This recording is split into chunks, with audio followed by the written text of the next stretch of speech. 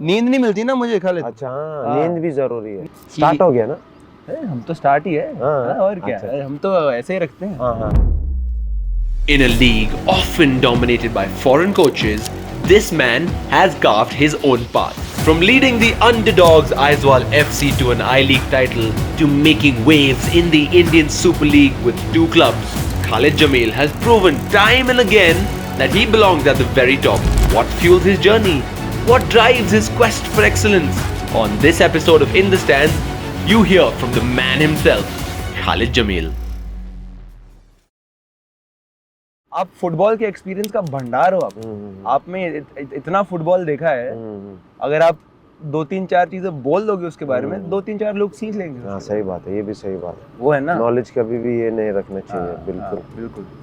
नहीं, मैं भी ऐसा नहीं है, मगर थोड़ा सा बस जिधर काम है उसमें डीपली रहता हूँ। बस डिस्ट्रैक्शन तो मैं डिस्ट्रैक्ट जल्दी होता हूँ। आप डिस्ट्रैक्ट होते जल्दी? हाँ, मतलब ऐसा मैच में नहीं। हाँ। बाकी आउटसाइड में ऐसे से मैं अवॉइड करता हूँ बहुत सारा चीज़। फिर क्या है, जैसे फॉर एग्जांपल अभी प्रैक्टिस है, इसमें ध्यान है पूरा। हाँ। डाइवर्ट नहीं करना चाह रहा माइंड, ऐसा वैसा बस। कुछ मेडिटेशन या कुछ ध्यान करते हो? हाँ, करते हो प्रैक्टिस? हम लोग में क्या है, नमाज है। हाँ। सबसे मेन है। पर वो भी मेडिटेशन ही है। वो भी सेम है। हाँ। तो बस कंट्रोल रहता है। और दिन में 5 बार पूरा करते हो? पूरा। इबादत से पूरे एकदम? हाँ पूरा। बचपन से आदत है।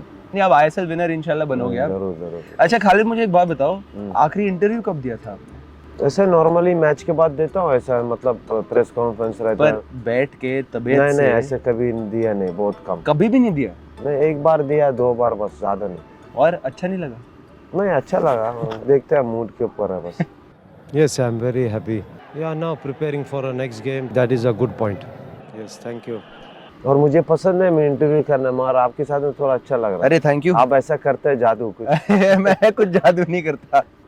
आपके सिस्टम में प्लेयर्स को फ्रीडम और इंडिपेंडेंस की कितनी गुंजाइश है? बहुत है। मैं हमेशा ये बोलता हूँ, देता हूँ इंस्ट्रक्शन कुछ ऐसे हो डिफेंसिवली, थोड़ा सा मैन टू मैन, और बाकी नेचुरल है। मैं बोलता हूँ प्ले योर नेचुरल गेम, जो इम्पोर्टेंट है ना। ऐसा नहीं रोबोट जैसा जो मैं बोल रहा हूँ वो नहीं, फ्री।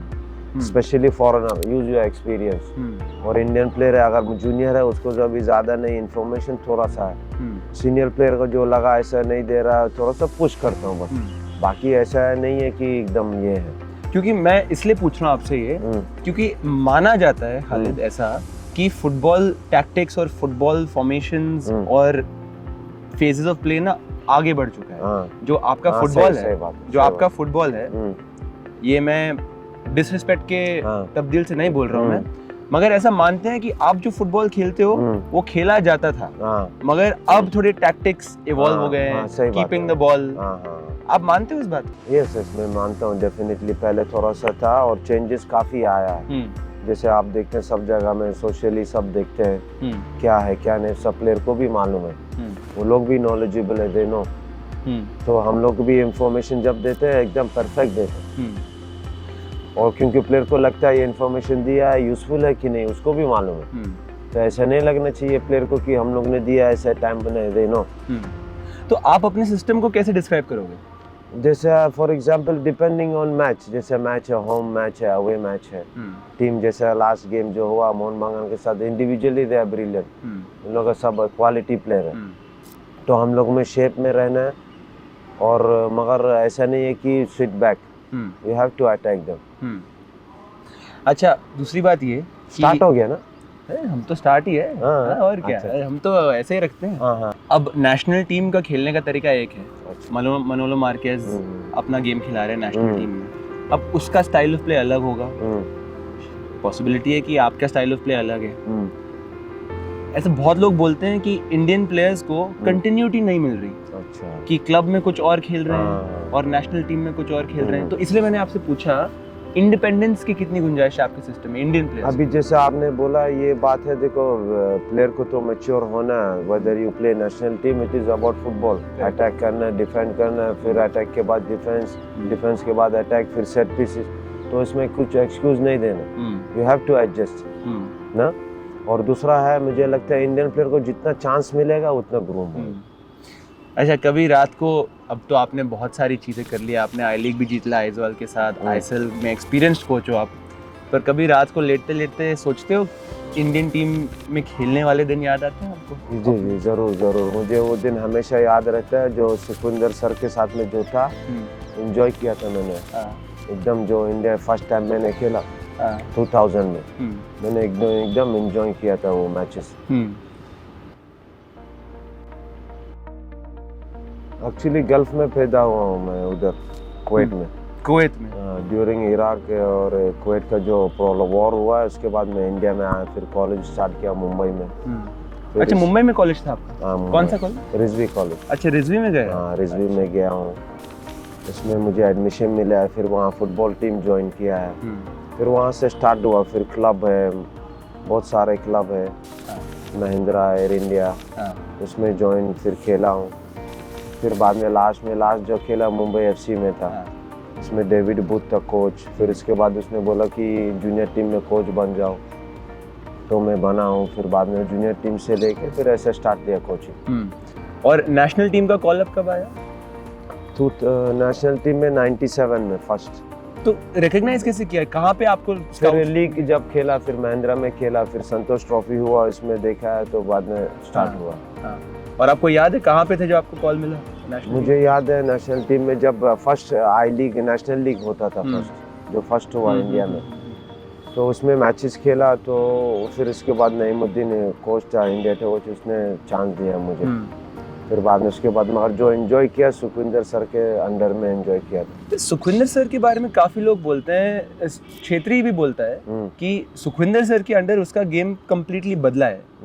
ऐसा क्यों? उनके बारे में वो भी जैसा आपने बोला फ्रीडम देता है, वो ज्यादा नहीं है, ही नो द प्लेयर का कैपेबिलिटी इतना है, फ्रीडम देता था बस। और उसका एक दो वर्ड है जो एकदम दिमाग में रहता है।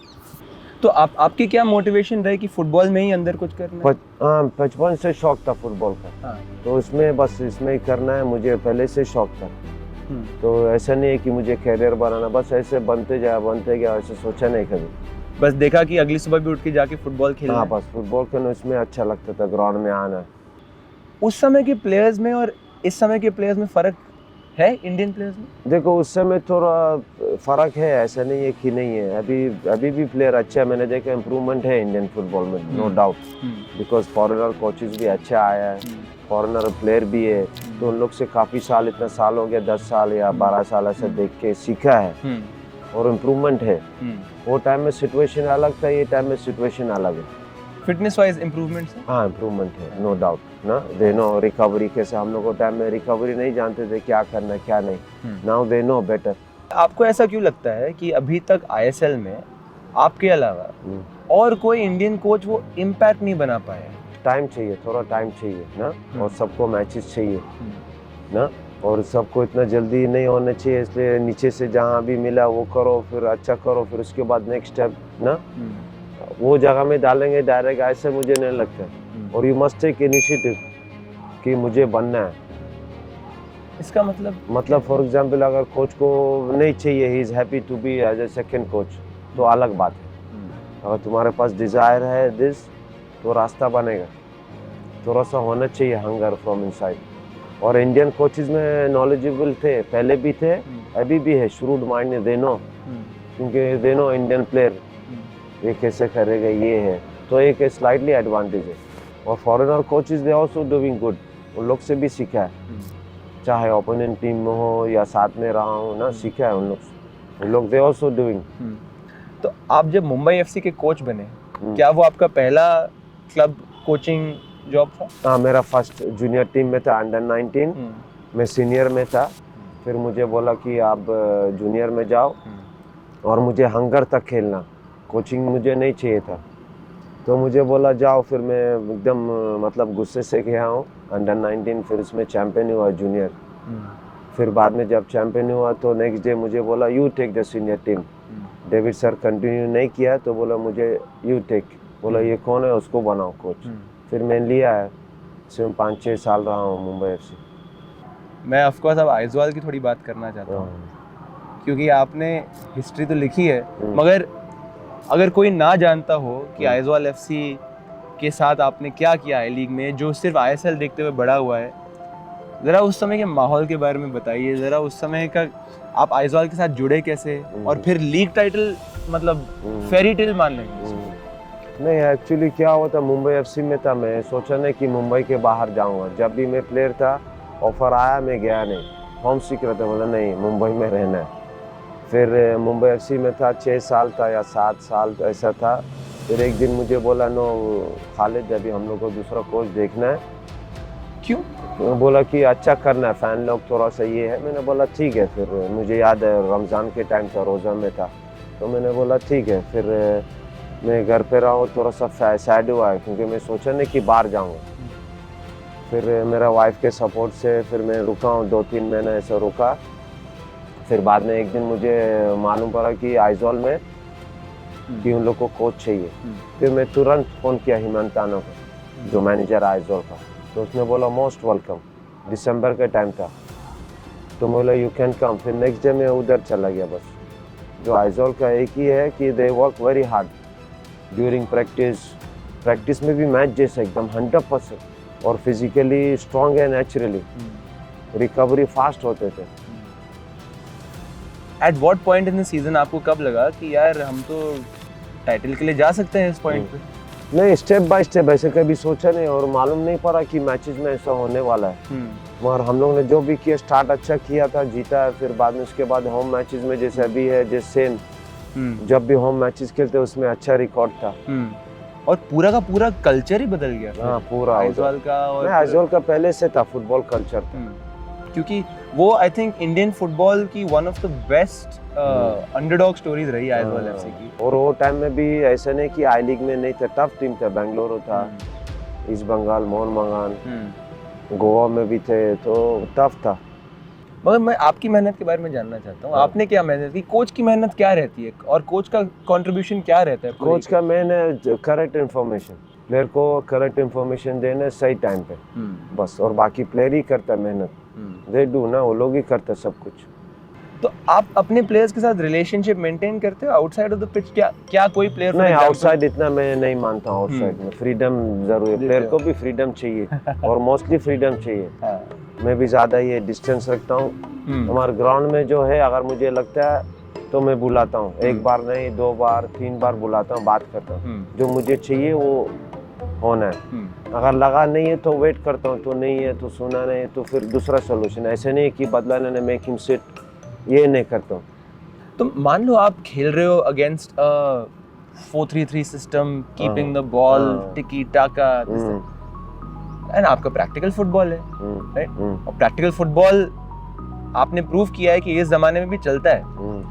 आपको लगता है कभी-कभी कि फुटबॉल ज्यादा कॉम्प्लिकेट करते हैं लोग? जैसे हमेशा मैंने सीखा है ना, डेविड सर से भी सीखा, सिंपल, जो सिंपल करना वो बेस्ट है। बहुत सारे कोचेज है इसमें, इसलिए मैंने बोला करेक्ट इन्फॉर्मेशन, मतलब करेक्ट इन्फॉर्मेशन, ज़्यादा इन्फॉर्मेशन भी नहीं देना। अभी फॉर एग्जांपल प्लेयर है, जितना कैपेसिटी है उसको इतना, और उसका फॉर एग्जांपल एक्स्ट्रा वर्क देंगे, ये करो वो करो, and you have to push him correct time.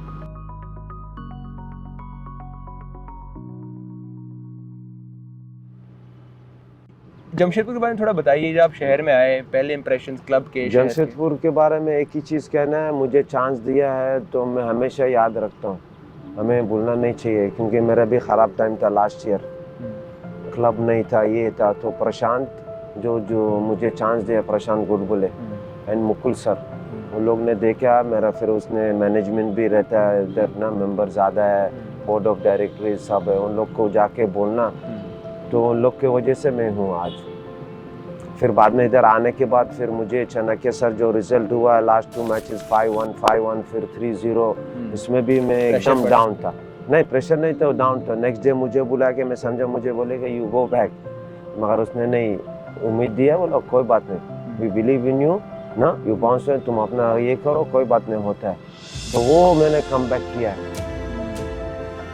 आपकी जो हर टीम रही ना खालिद, आपकी करियर में कमबैक की एक क्वालिटी हमेशा हर टीम में रही है। आप थोड़े सीरियस रहते हो प्लेयर्स के साथ, मुझे लगता है कि ऐसा सब लोग लगता है, मगर प्लेयर जो आप पूछ सकते हैं प्लेयर लोग को ना, जहाँ रहना रहता हूँ, ऐसा नहीं कि नहीं। आपको ऐसा क्यों लगता है, लोग सोचते हैं कि आप बड़े सीरियस हैं?